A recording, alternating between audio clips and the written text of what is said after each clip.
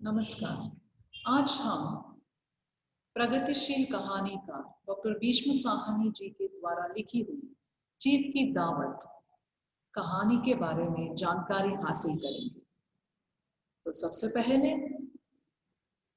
लेखक के बारे में, यानी इस जो कहानी का डॉक्टर भीष्म साहनी के बारे में थोड़ा बहुत परिचय हासिल करते हैं। प्रगतिशील कहानीकार डॉक्टर भीष्म साहनी का जन्म 1915 ईस्वी को रावलपिंडी में हुआ था। लाहौर से अंग्रेज में एमए करने के बाद इन्होंने पंजाब विश्वविद्यालय से पीएचडी की उपाधि प्राप्त की। आप दिल्ली कॉलेज में अंग्रेजी के वरिष्ठ प्रवक्ता के पद पर कार्यरत रहे। आपकी विचार दृष्टि राष्ट्रीय एवं समाजपरक थी। मध्यम वर्गीय परिवारों की समस्याओं और विसंगतियों को आपने प्रभावशाली ढंग से चित्रित किया है। यांत्रिक जीवन के तनाव, व्यक्ति की स्वार्थ भावना, विभाजन की पीड़ा, राजनैतिक जीवन, भ्रष्टाचार आदि आपकी कहानियों के विषय में और इनके विश्लेषण के द्वारा भीष्म साहनी ने सामाजिक बदलाव एवं मानव स्वभाव में परिवर्तन लाने का प्रयत्न किया। आपकी मृत्यु 11 जुलाई 2000 ईस्वी को 3 ईस्वी को हुई। आपकी प्रसिद्ध रचनाओं में बासंती और तमस बहुत चर्चित उपन्यास है। और इसके अलावा इनके द्वारा जो लिखी हुई कहानी संकलन इस तरह है। पहला पाठ भाग्य रेखा, मेरी प्रिय कहानियां।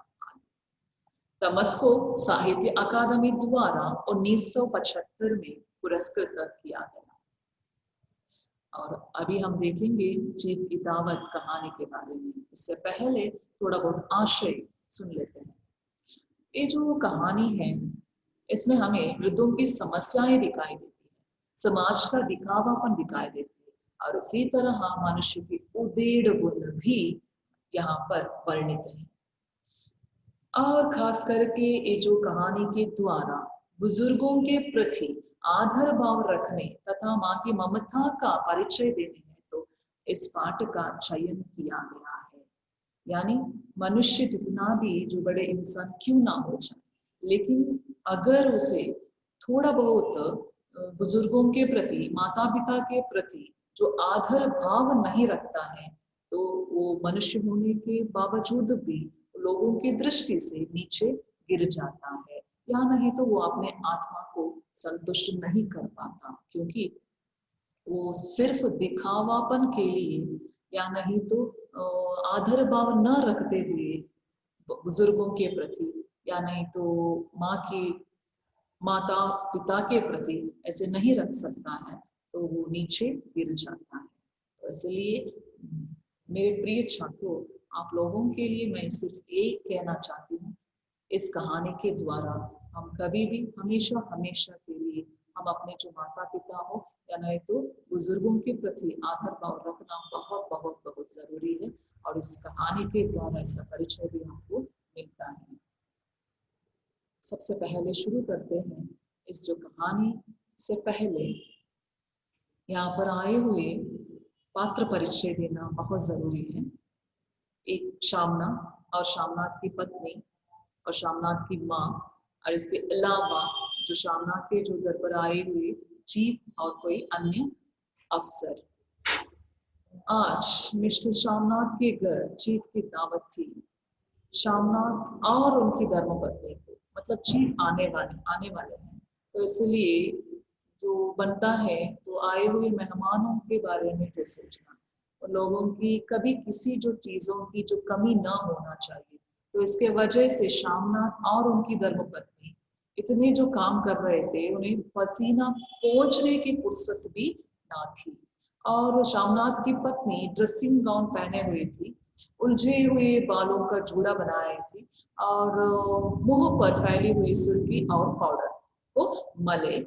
लेकिन उसी के साथ साथ मिस्टर शामनाथ भी सिगरेट पर सिगरेट फूंकते हुए चीजों की एक लिस्ट बनाए हुए जो अपने हाथ में रख लिया था, और उसी के साथ उस जो लिस्ट को लेकर वो एक कमरे से दूसरे कमरे में आ जा रहे थे। फिर नेक्स्ट क्या हुआ, 5 बजते बजते तैयारी मुकम्मल होने लगी। मतलब 5 बजे के जो पहले उन्होंने जो सारी जो तैयारियां खत्म करने की जो कोशिश कर रहे थे, कुर्सियां, मेज, तिपाहियां, नैपकिन, फूल सब बरामदे में पहुंच गई। ड्रिंक का इंतजाम बैठक में कर दिया गया। अब घर का फालतू सामान अलमारियों के पीछे और पलंगों के नीचे छुपाया जाने लगा। यानी यहाँ पर उल्लेख करने की जो बात ये है कि अगर कोई जो मेहमान जो हमारे घर आते हैं, तो इसीलिए हम लोग दिखावापन के लिए जो भी जो फालतू सामान उन्हीं के जो सामने नहीं दिखाई देनी चाहिए, तो इसके वजह से उसको क्या कर लेंगे हम, अलमारियों के पीछे क्या कहीं पर भी हम छुपाने की जो कोशिश करेंगे, है ना। तो इसी तरह यहाँ पर भी जो बोल रहे हैं, जो शामनाथ क्या करना जो चाहता था कि या नहीं तो क्या करने के बारे में इन्होंने विचार किया कि जो भी घर के जो बचे हुए फालतू सामान था उसको अलमारियों के पीछे और पलंगों के नीचे इन्होंने छुपाया।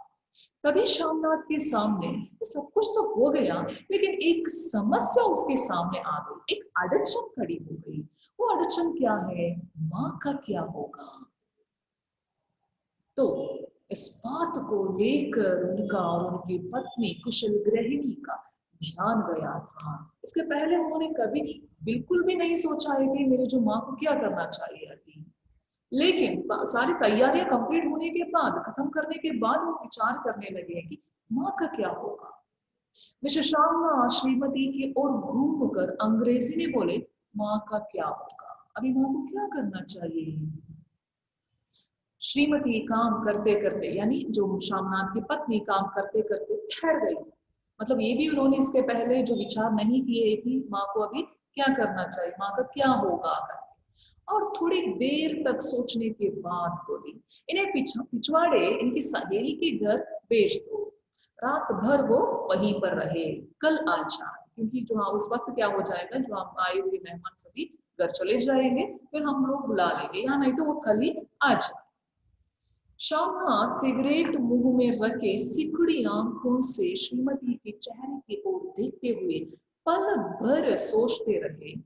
फिर सिर हिलाकर बोले उन्होंने, नहीं, मैं नहीं चाहता कि उस बुढ़िया का आना जाना यहाँ फिर से शुरू हो। पहले ही बड़ी मुश्किल से बंद किया था। माँ से कहो कि जल्दी ही खाना खाकर शाम को ही अपने कोठरी में चले जाए, मेहमान कहीं 8 बजे आएंगे, इससे पहले ही अपने काम से निपट ले, संपन्न हो जाए करके उन्होंने अपनी जो पत्नी यानी शामनाथ की पत्नी से शामनाथ ने कहा। लेकिन यहाँ पर मेंशन कर रहे हैं कि जो अपनी शामनाथ की माँ अपनी जो सहेली के घर भी नहीं जा सकती, क्योंकि अगर वो आना जाना फिर से जो शुरू हो जाएगा, क्योंकि अगर शामनाथ की माँ अपनी जो सहेली के घर चली जाए तो वापस क्या हो जाएगा, फिर से जो रिश्ता ऐसे जुड़ जाएंगे और वो लोग आना जाना वापस शुरू कर देंगे। तो इसके वजह से उन्होंने कह दिया है कि साफ साफ कह दिया शामनाथ ने अपनी पत्नी से, मेरी जो माँ फिर से उस उनकी जो सहेली है उस बुढ़िया का आना जाना या फिर से शुरू हो जाता है, तो इसकी वजह से अपनी जो सहेली के घर वो नहीं चले जाए। और खास करके मैंने बहुत ही मुश्किल से बंद किया था उसको, उसका जो आना जाना। और ये भी कह रहे हैं कि माँ से ये भी कहना चाहिए कि वो जल्दी से जल्द खाना खत्म करना चाहिए और अपने कोठरी में जाना। लेकिन सुझाव तो ठीक था, दोनों को पसंद आया, यानी शामनाथ और उनकी जो पत्नी को पसंद आया। फिर फिर भी श्रीमती यानी शामनाथ की पत्नी फिर से जो कहने लगी, जो वहां सो गई और नींद में कर्राटे लेने लगी, तो साथ ही तो बरामदा है जहां लोग खाना खाएंगे। मतलब कराटे की जो आवाज है वहां तक सुनाई देती है, जो देखने वालों को क्या होगा, उन्हें क्या मालूम था है कि हमारे जो घर में पता भी नहीं था कि मेरे जो घर में माँ है करके।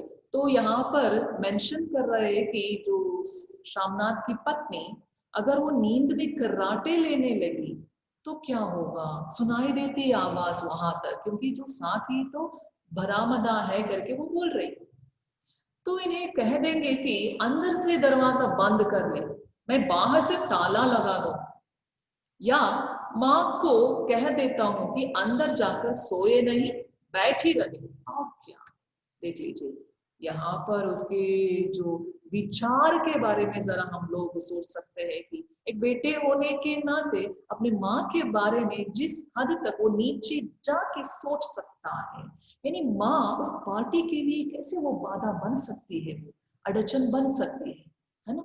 तो उसी तरह यहाँ पर इस मनुष्य होने के नाते खास करके जो अपनी माँ के बारे में, एक बेटे होने के नाते अपनी जो माँ के बारे में वो इस तरह सोच सकता है क्या।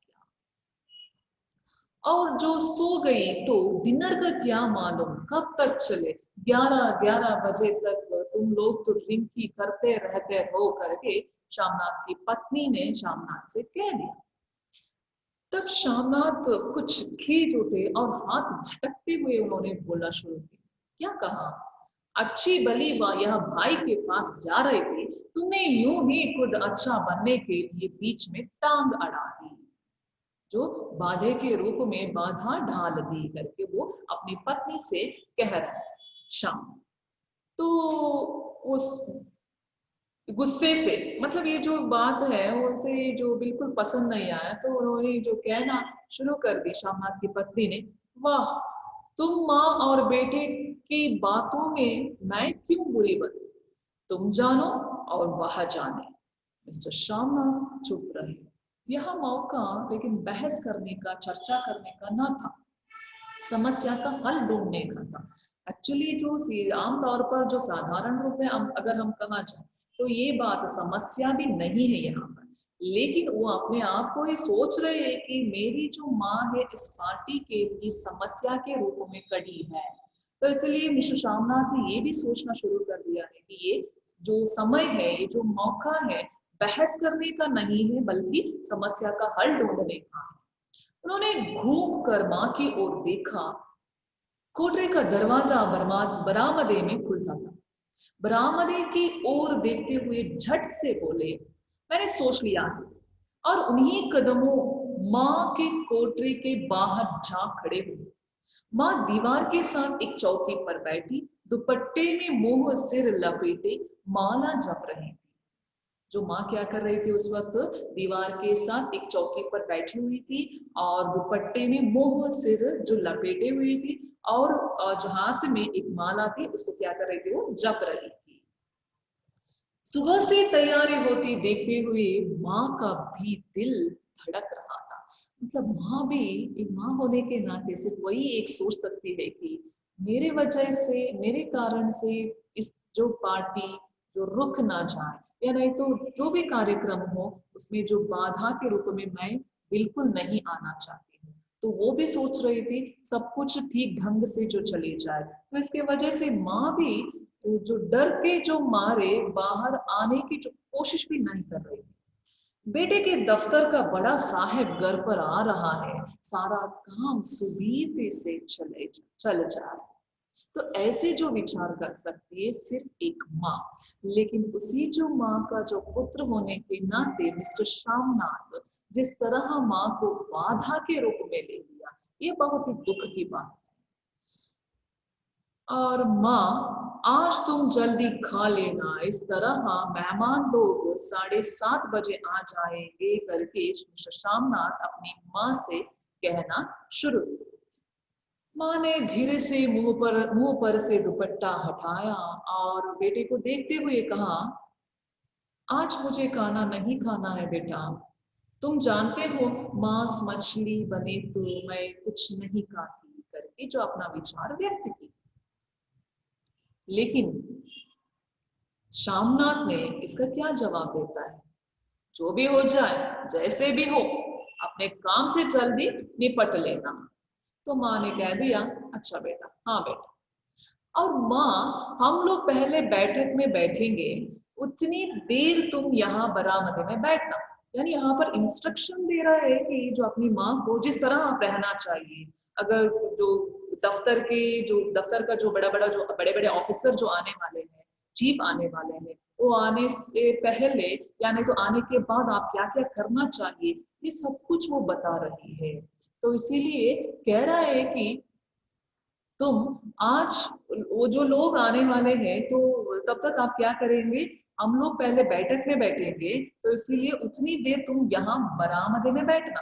जब भी वो जो आ जाएंगे उस वक्त आप क्या करना चाहिए कि पहले बैठक में हम जाएंगे, फिर उस वक्त आप बरामदे में बैठे। फिर जब हम यहाँ आ जाए तो तुम गुसल खाने के रास्ते, गुसल खाने यानी स्नानगर के रास्ते बैठक में चली जाना। माँ अवाक बेटे का चेहरा देखने लगी। आश्चर्य हुआ माँ को। फिर धीरे से बोली, अच्छा बेटा। तो उन्होंने क्या कर दिया है कि जो कहना शुरू कर दिया, बोलने लगी है कि अच्छा बेटा। और माँ आज जल्दी सो नहीं जाना, तुम्हारे कराटों की जो आवाज है वो दूर तक जाती है, तो इसलिए आप जल्दी नहीं सोना चाहिए। माँ को ये जो बात सुनते ही बहुत ही जो लज्जित यानी जो शर्मिंदा हो गई, मतलब शर्म के मारे वो कुछ ज्यादा नहीं बोल सकी और लज्जित से आवाज में बोली, क्या करूं बेटा, मेरे बस की बात नहीं है। जब से बीमारी से उठी हूँ, नाक से वो ठीक ढंग से मैं सांस नहीं ले सकती, तो इसके वजह से कर्राटे ऐसे ही आ जाते हैं। मिस्टर सोमनाथ ने इंतजाम तो कर दिया, फिर भी उनकी उधेड़ बुन खत्म नहीं। जो चीफ अचानक उधर आ निकलता तो 8-10 मेहमान होंगे, देसी अफसर, उनकी स्त्रियां होंगी, कोई भी गुसलखाने की तरफ जा सकता है। क्षोभ और क्रोध में फिर वह सिर झुंझुलाने लगे। एक कुर्सी को उठाकर बरामदे में कोठरी के बाहर रखते हुए बोले, अब इस बार जरा बैठो। तो मतलब वो यहाँ पर एक ट्रायल देखना चाहता है कि जो चीफ आने के बाद वो क्या कर सकता है, वो जिस तरह अपनी जो माँ के लिए जो व्यवस्था कर सकता है, और उसी के साथ साथ ये भी बोल रहे हैं कि माँ जिस तरह रहनी चाहिए, सबसे पहली बात ये है कि जिस तरह उनको जो अपनी जो व्यवहार से जिस तरह निपट लेना चाहिए, ये सब कुछ वो देखना चाहता था सबसे पहले। माँ माला संभालती पल्ला टीक करती हुई उठी और धीरे से कुर्सी पर आकर बैठ गई। मतलब वो उसके जो बच्चे यानी शामनाथ ने कहा है कि जरा कुर्सी पर आके जो बैठ कर दिखाओ मुझे किस तरह जो आप बैठेगी। फिर वो क्या क्या कर लिया, जो कुर्सी पर आकर बैठ गए।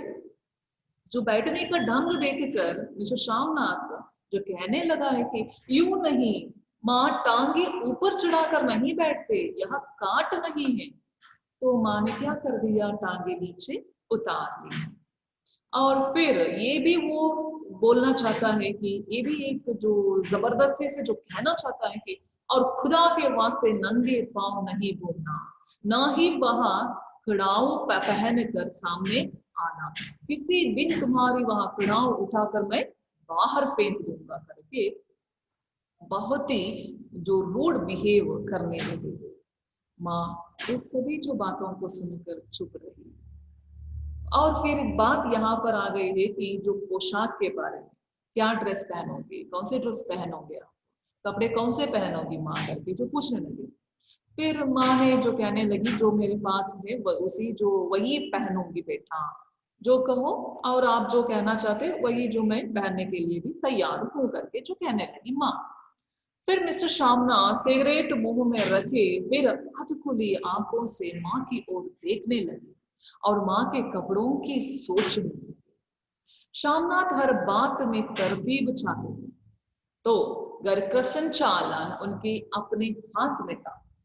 खूटियां कमरों में कहाँ लगवाई जाए, बिस्तर कहाँ पर बिछे, किस रंग के पर्दे लगाए जाए, यानी ये सभी जो विचार वो ठीक ढंग से घर का संचालन उसी के जो हाथ में था, तो इसके वजह से वो सब कुछ ठीक ढंग से जो चले जाए, सुविधे से जो चले जाए, तो इसलिए वो ऐसा सोचना था, तो परफेक्शन वो चाहता था। तो इसके वजह से श्रीमती कौन सी साड़ी पहने, मेज किस साइज की हो, शामनाथ को चिंता थी कि अगर चीफ का साक्षात माँ से हो गया, यानी मुलाकात माँ से हो गया सबसे पहले भी, तो कहीं लज्जित नहीं होना पड़े। माँ को सिर से पांव तक देखते हुए बोले और कह दिया है कि माँ तुम आज सफेद कमीज और सफेद शलवार पहन लो। और ये भी वो देखना चाहता है कि ओके एक बार देख पहन के जो आ जाओ, जरा मैं देख लेता हूँ। फिर माँ धीरे से उठी और अपनी कोठरी में कपड़े पहनने चली गई। यह माँ का झमेला ही रहेगा। उन्होंने फिर अंग्रेजी में अपनी स्त्री से कहा, कोई ढंग की बात हो तो भी कोई कहे, अगर कहीं कोई उल्टी सीधी बात हो गई, चीफ को बुरा लगा, तो सारा मजा जाता रहेगा। तब माँ सफेद कमीज और सफेद शलवार पहनकर बाहर निकली। छोटा सा कद, सफेद कपड़ों से लिपटा छोटा सा सूखा हुआ शरीर, धुंधली आंखें, केवल सिर के आधे झड़े हुए बाल पल्ले की ओट में पाए जाते थे। पहले से कुछ ही कम कुरूप नजर आ रही थी। तो देख लिया माँ को इस जो पोशाक में, चलो ठीक है, कोई चूड़ियां मुड़ियां हो तो वो भी पहन लो, कोई हर्ज नहीं। तो ऐसे कह दिया शामना ने। तब माँ चूड़ियां जो एक जो शब्द सुनते ही माँ कहने लगी है कि चूड़ियां कहाँ से लाओ बेटा, तुम तो जानते हो सब जेवर तुम्हारी पढ़ाई में बिक गए। तो ऐसे कहने लगी माँ। तो यह वाक्य सुनते ही शामनाथ को तीर की तरह लगा और थिनक कर गुस्से से उन्होंने जो कहना शुरू की, या कौन सा राग छेड़ दिया माँ, सीधा कह दो नहीं है जेवर बस, इसे पढ़ाई वढ़ाई का क्या ताल्लुक, जो जेवर बिका तो कुछ बनकर ही आया, मीरा लंडूरा तो नहीं लौट पाया, नहीं लौट आया, जितना दिया था उससे दुगना ले लेना। फिर सुनते ही माँ को बहुत अजीब सा लगा और वो दुख के मारे वो कहने लगी है कि मेरी जीभ जल जाए बेटा, तुमसे जेवर लूंगी, मेरे मुंह से यूं ही निकल गया, जो होते तो लाख बार पहनती। तब क्या हुआ, 5:30 बज चुके थे। अभी मिस्टर श्यामनाथ को खुद भी नहा धोकर तैयार होना था, तो इसके वजह से वो चले गए और श्रीमती कब के अपने कमरे में जा चुकी थी।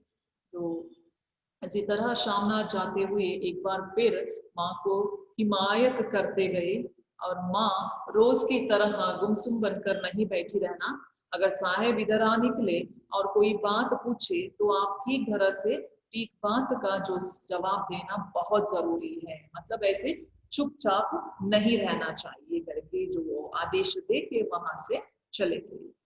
फिर लेकिन जाने से पहले तो इस जो सवाल के लिए माँ ने जवाब दिया है कि मैं न पढ़ी न लिखी बेटा, मैं क्या बात करूंगी, तुम कह देना माँ अनपढ़ है, कुछ जानती समझती नहीं। वह नहीं पूछेगा, तो अगर ऐसे आप कह देंगे सबसे पहले तो वो पूछने की हिम्मत ही नहीं करेंगे, क्योंकि माँ अनपढ़ है जो कुछ भी नहीं जानती करके अगर आपने पहले से जो बता देंगे तो वो कुछ भी सवाल ही नहीं उठेगा, ना ही वो पूछने के बारे में सोचेंगे। 7 बजते बजते माँ का दिल धक धक करने लगा, मतलब मेरी वजह से जिस तरह से भी बाधा नहीं होनी चाहिए। तो ऐसे माँ सोचते सोचते डर के मारे वो इसका माँ का दिल धक धक करने लगा। अगर चीफ सामने आ गया और उसने कुछ पूछा तो वह क्या जवाब देगी। अंग्रेज को तो दूर से ही देखकर वह घबरा उठती थी, यह तो अमरीकी है, न मालूम क्या पूछे, मैं क्या कहूंगी। माँ का जी चाहा कि चुपचाप पिछवाड़े विधवा सहेली के घर चले जाए, मगर बेटे के हुक्म, बेटे के जो आदेश को कैसे वो टाल सकती थी। वो जाना चाहती थी अपने जो पिछवाड़े विधवा सहेली के घर, लेकिन सबसे पहले इससे पहले जो श्यामनाथ ने साफ साफ कह दिया है कि आप यानी आपकी अपनी जो सहेली की जो घर बिल्कुल नहीं जा सकती, तो इसीलिए वो अपने जो बेटे के आदेश को नहीं टाल सकती थी। चुपचाप वो कुर्सी पर टांगे लटकाए वहीं बैठी रही। नेक्स्ट ये होता है कि एक कामयाब पार्टी वहां है जिसमें ड्रीम कामयाबी से जो चल जाए, शामनाथ की पार्टी सफलता की शिखर चूमने लगी। वार्तालाप उसी राव में बह रहा था जिस राव में एक गिलास भरे जा रहे थे। कहीं कोई रुकावट ना थी, कोई अड़चन ना थी। साहब को विस्की पसंद आई थी, मेम साहब को पर्दे पसंद आए थे, सोफा कवर का डिजाइन पसंद आया था, कमरे की सजावट पसंद आई थी। इससे बढ़कर क्या चाहिए? साहब तो ड्रिंक के दूसरे दौर में ही चुटकुले और कहानियां कहने लग गए थे। दफ्तर में जितना रौब देख रखते थे, यहाँ पर उतने ही दोस्त परवर हो रहे थे। और उनकी स्त्री काला गाउन पहने, गले में सफेद मोतियों का हार, सेंट और पाउडर की महक से ओत-प्रोत कमरे में बैठी सभी देसी स्त्रियों की आराधना का केंद्र बनी हुई थी। बात बात पर हंसती, बात बात पर सिर हिलाती, और शामनाथ की स्त्री से तो ऐसे बातें कर रही थी जैसे उनकी पुरानी सहेली हो। फिर और इसी गांव में पीते पिलाते 10:30 बज गए। वक्त गुजरता पता ही नहीं चला उन लोगों को। आखिर सब लोग अपने अपने गिलासों में से आखिरी घूंट पीकर खाना खाने के लिए उठे और बैठक से बाहर निकल गए। आगे आगे शामनाथ रास्ता दिखाते हुए, पीछे चीफ और उसके अन्य जो मेहमान आए हुए थे। फिर बरामदे में पहुंचते ही शामनाथ सहसा ठिठक गए। जो दृश्य उन्होंने देखा उसे उनकी टांगे लड़खड़ा गई और क्षण भर में सारा नशा हिरन होने लगा। बरामदे में एन कोठरी के बाहर माँ अपनी कुर्सी पर ज्यों की त्यों बैठी थी, मगर दोनों पांव कुर्सी की सीट पर रखे हुए और सिर दाएं से बाएं, बाएं से दाएं झूल रहा था, और मुंह में से लगातार गहरे खर्राटों की आवाजें आ रही थी। जब सिर कुछ देर के लिए टेढ़ा होकर एक तरफ को थम जाता तो खर्राटे और भी गहरे हो उठते, और फिर जब झटके से नींद टूटती तो सिर फिर दाएं से बाएं झूलने लगता। पल्ला सिर पर से खिसक आया था और मां के झड़े हुए बाल आधे गंजे सिर पर अस्त व्यस्त बिखर रहे थे। देखते ही शामनाथ हो उठे। मतलब शामनाथ को ये जो दृश्य देखकर बहुत ही आश्चर्य हुआ, क्योंकि वो सबसे पहले इस तरह नहीं होना चाहिए करके परफेक्शन वो सबसे पहले चाहता था, लेकिन इस तरह की जो चीज नहीं दिखाई देनी चाहिए चीफ और अन्य अफसरों को, लेकिन वही जो देखने को जो मिला तो जी चाहा कि माँ को धक्का देकर उठा दे और वही कोठरी में ढकेल दे, मगर ऐसा करना संभव ना था क्योंकि चीफ और बाकी मेहमान पास खड़े हुए थे। लेकिन उसका जी चाहता था कि ऐसा मैं करूं। एक बेटे होने के नाते माँ को जो मारने के लिए भी वो तैयार था। देख लीजिए यहाँ पर जिस तरह वो सोच सकता है। माँ को देखते ही देसी अफसरों की कुछ स्त्रियां हंस देखी। इतने में चीफ ने धीरे से कहा, पुअर डियर। तब माँ हड़बड़ा कर उठ बैठी। फिर सामने खड़े इतने लोगों को देखकर ऐसे घबराई कि कुछ कहते ना बना। झट से पल्ला सिर पर रखते हुए खड़ी हो गई और जमीन को देखने लगी। शर्म हो यानी शर्मिंदा होके वो जमीन को देखने लगी, क्योंकि उनको ये जो चीज मतलब मेरी इस जो अवस्था देखकर वो अपने आप को लजाती हुई जो नीचे देखने लगी। उनके पांव लड़खड़ाने लगे डर के मारे और हाथों की अंगुलियां थर थर कांपने लगी। माँ, तुम जाकर सो जाओ, तुम क्यों इतनी देर तक जाग रही थी? और खिसकाई हुई नजरों से शामनाथ चीफ के मुंह की ओर देखने लगे। इस तरह माँ से उन्होंने कहना शुरू कर दिया। चीफ के चेहरे पर लेकिन मुस्कुराहट थी। वह वहीं खड़े खड़े बोले, माँ को नमस्ते भी कर लिया। फिर माँ ने झिझकते हुए अपने में सिमटते हुए दोनों हाथ जोड़े, और मगर एक हाथ लेकिन दोनों हाथ जोड़ने की कोशिश कर रही थी, लेकिन एक हाथ दुपट्टे के अंदर माला को पकड़े हुए था तो दूसरा बाहर, तो ठीक तरह से नमस्ते भी नहीं कर पाई। और शामनाथ इस पर भी खिन्न हो गए। वो भी उसे बहुत बुरा लगा शामनाथ को, क्योंकि दोनों हाथों से जो नमस्ते करने चाहिए, लेकिन यहाँ पर माँ सिर्फ एक ही हाथों से ऐसे नमस्ते कर रही है चीफ को करके। इतने में चीफ ने अपना दायां हाथ मिलाने के लिए माँ के आगे किया, लेकिन माँ और भी घबरा उठी। तो शामनाथ ने कहा, माँ हाथ मिलाओ। पर हाथ कैसे मिलाती वो, दाएं हाथ में तो माला थी। तो इसके वजह से घबराहट में माँ ने बायां हाथ ही आगे जो बढ़ाया, साहेब के दाएं हाथ में रख दिया। तो शामनाथ दिल ही दिल जल उठे।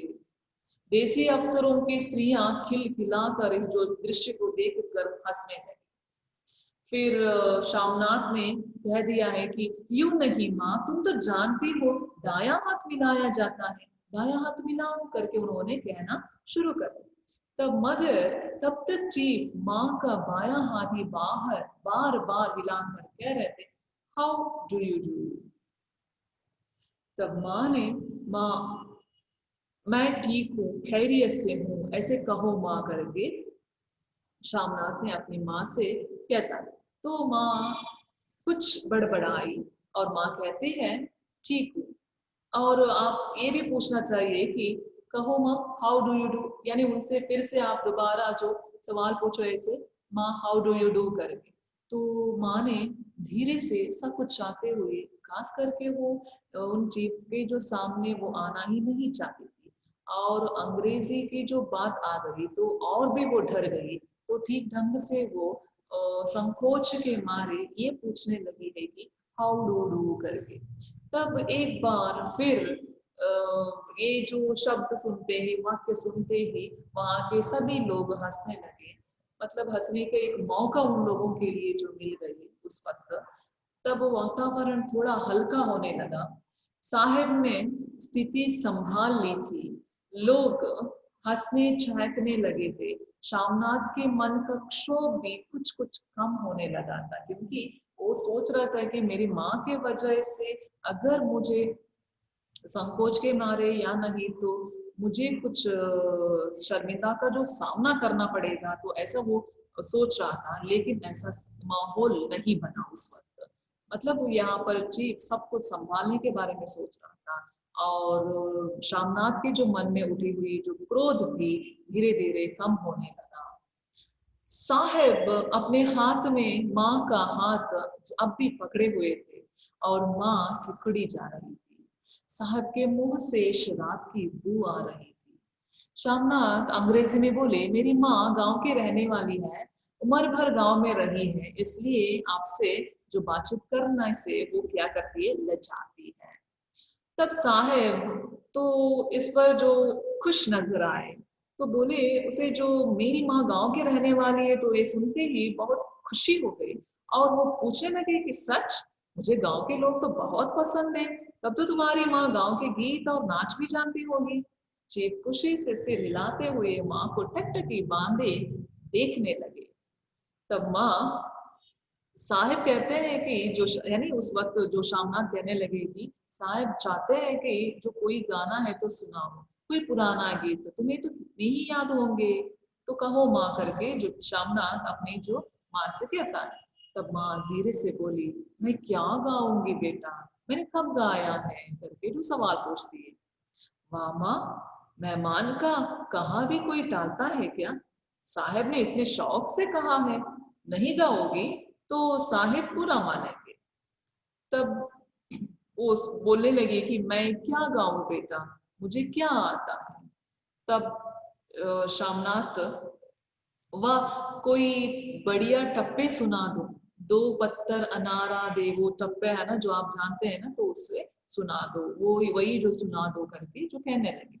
देसी अफसर और उनकी स्त्रियों ने इस सुझाव पर तालियां पीटी। मतलब कोई भी जो प्रतिभा बाहर निकलने से पहले, यानी किसी जो हर किसी का जो नाम लेने से पहले हम लोग जिस तरह तालियों से स्वागत करते हैं, उसी तरह सबसे पहले ही जो तालियां पीटनी जो शुरू की। माँ कभी दीन दृष्टि से बेटे के चेहरे को देखती गई, और कभी पास खड़ी बहू के चेहरे को, दोनों को ऐसे देखने लगी, क्योंकि वो सबसे पहले वो सब कुछ नहीं करना चाहती थी, लेकिन जबरदस्ती से वो करवाने की जो कोशिश कर रहे थे। तो इसीलिए वो ना ही वो कह सकती है कि मुझे नहीं आता करके, और ना ही वो ऐसे गा भी नहीं सकती, तो इसके वजह से वो ऐसे स्थिति में पहुंच गई, द्वंद्व में पहुंच गई। इतने में बेटे ने गंभीर आदेश भरे लहजे में कहा, माँ, मतलब ये जो कंटिन्यू करो, कहो ना माँ करके। इसके बाद हाँ या ना का सवाल ही ना उठता था। माँ बैठ गई और क्षीण दुर्बल लरजती आवाज में एक पुराना विवाह का गीत वो गाने लगी। यह जो गीत सुनते ही देसी स्त्रियां खिलखिलाकर हंस उठी और 3 पंक्तियां गाकर माँ चुप रह गई। बरामदा तालियों से गूंज उठा। साहेब तालियां पीटना बंद ही ना करते थे। श्यामनाथ की खीज प्रसन्नता और गर्व में बदल उठी थी। माँ ने पार्टी में क्या कर दिया, नया रंग भर दिया। तो तालियां थमने पर साहब बोले, पंजाब के गांवों की दस्तकारी क्या है करके वो पूछने लगे। तब श्यामनाथ खुशी में झूम रहे थे। सबसे पहले माँ के वजह से शायद मुझे उन लोगों के सामने यानी चीफ और अन्य अफसरों के जो सामने मुंह दिखाने के लिए वो लायक नहीं रखेगी करके वो सोच रहा था। लेकिन इससे क्या हुआ है कि जो यहाँ पर जो व्यवस्था ही विचार ही ऐसे उल्टा सीधा यानी उल्टा हो गए है कि यहाँ पर माहौल कुछ और ही चीजों से रंगों से जो बदल गए और माँ ने यहाँ पर एक नया रंग भी डाल दिया। तो ये सुनते ही और इस दृश्य को देखते ही श्यामनाथ खुशी में झूम रहे थे और माँ से जो कहने लगे कि और अपने जो चीफ से कहने लगे कि बहुत कुछ है साहब यहाँ की जो दस्तकारी, मैं आपको एक सेट उन चीजों की भेंट करूंगा, आप इन्हें देखकर खुश हो जाएंगे करके जो कहने लगे।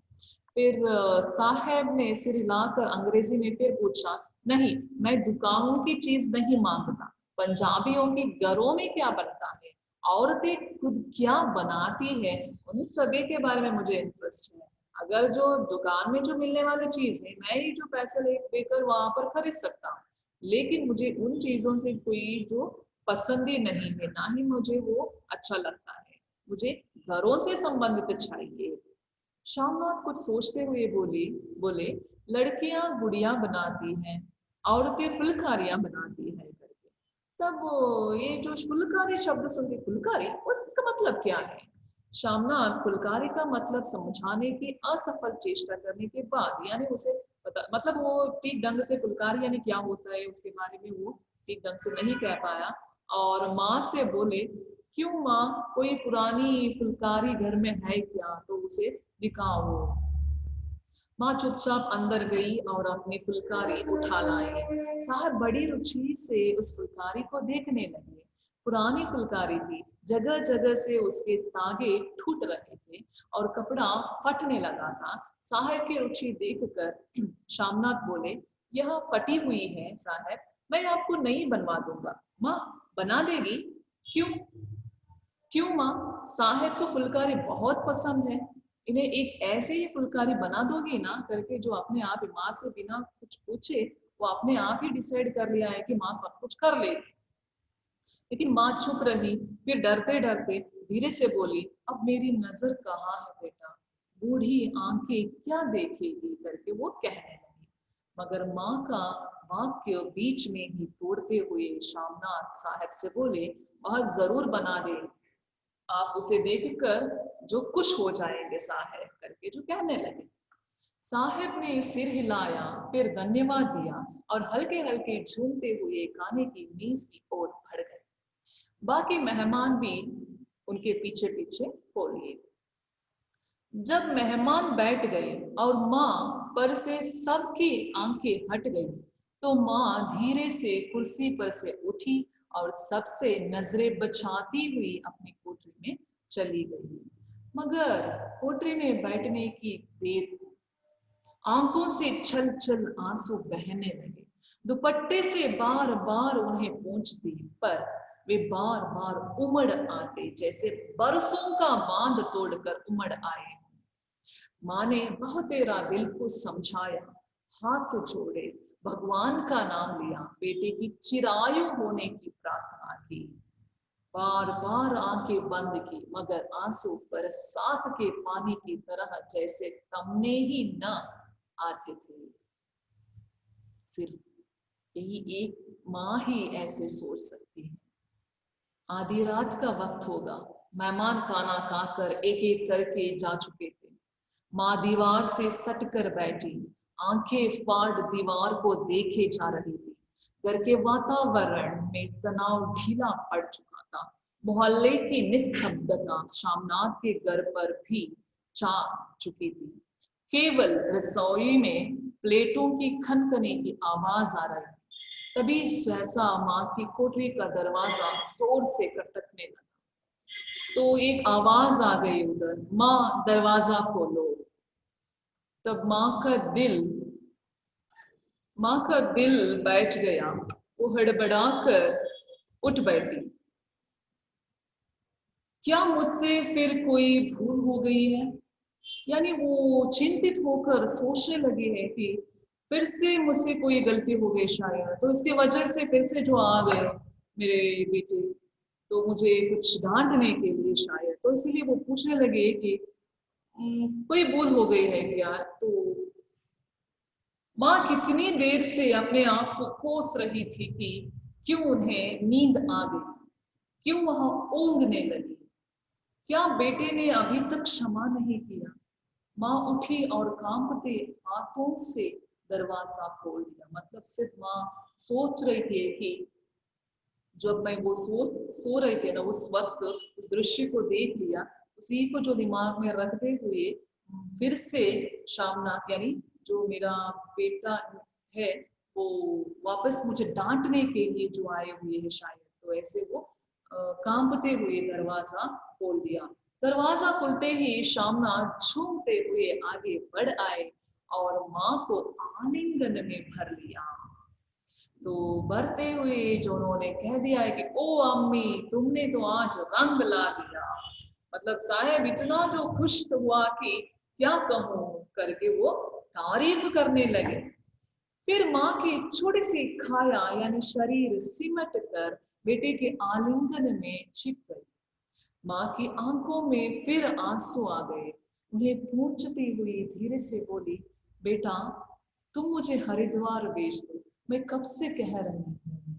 मतलब खुशी की जो चीज में यहाँ पर सिर्फ एक माँ यानी वो सोचती है कि मतलब मेरा जो जीवन है जिंदगी है वो धन्य हो गई।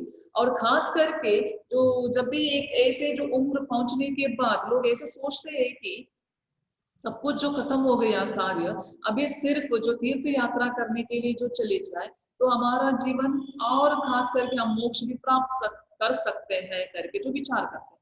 तो इसी तरह इस खुशी खुशी के जो माहौल में जो माँ अपने जो मन की जो बातों को प्रकट की, वो जिस तरह की है कि मुझे हरिद्वार भेज दो, तीर्थ यात्रा करने के लिए जो भेज दो, मैं कब से कह रही थी है ना करके जो पूछ रही है। तब शामनाथ का झूमना सहसा बंद हो जाता है ये सुनते ही, और उनकी पेशानी पर फिर तनाव के बल पड़ने लगे।